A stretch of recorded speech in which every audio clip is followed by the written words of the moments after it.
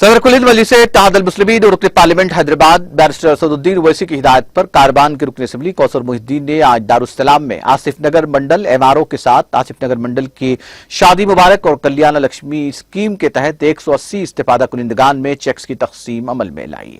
इस मौके पर टोली चौकी के नुमाइंदा कॉर्पोरेटर हारून फरहान और पार्टी वर्कर्स मौजूद थे।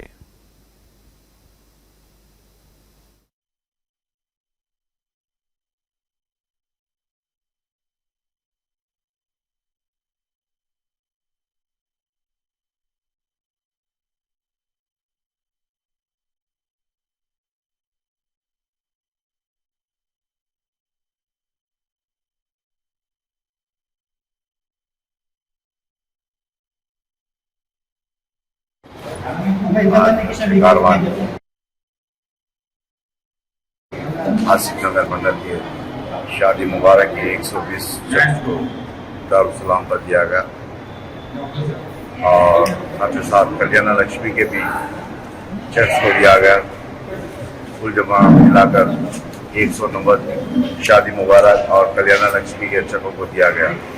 और आज के प्रोग्राम के अंदर कारवान के पुलिस की नुमाइंदा जनाब हारून फरहान साहब, कारवान के सीनियर जुदाई के सदर जनाब मदर साहब, जनाब मुस्तफ़ा साहब, जनाब खलील साहब, जनाब समी साहब दीगर और आसिफ नगर मंडल के तमाम मुद्देदार इस प्रोग्राम में शामिल थे। और